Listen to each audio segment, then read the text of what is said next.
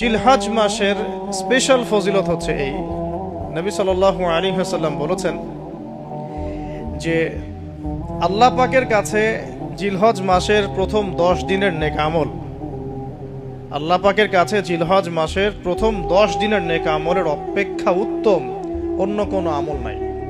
সাহাবীরা প্রশ্ন করলেন যে ওয়ালাল জিহাদু ফি সাবিলিল্লাহ ইয়া রাসূলুল্লাহ, আল্লাহর রাস্তায় জিহাদও কি নয়? নবী সাল্লাল্লাহু আলাইহি ওয়াসাল্লাম বলেন ওয়ালাল জিহাদু ফি সাবিলিল্লাহ, এমন কি আল্লাহর পথে জিহাদও নয়।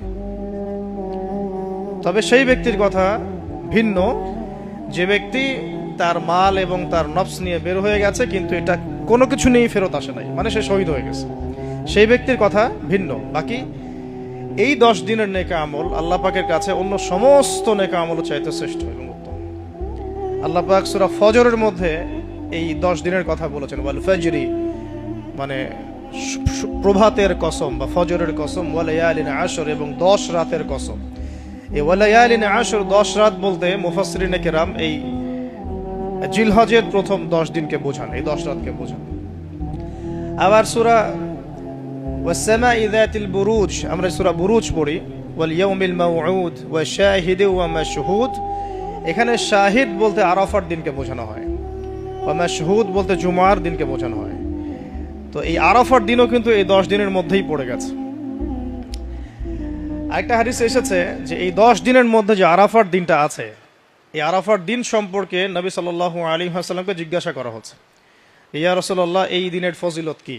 নবী করিম সাল্লাল্লাহু আলাইহি ওয়াসাল্লাম বলেন আহতাসিবু আলাল্লাহ, আমি আল্লাহর কাছে আশা করি যে এই দিন মানে আরাফার দিনের সিয়াম রোজা, এটা কি হবে?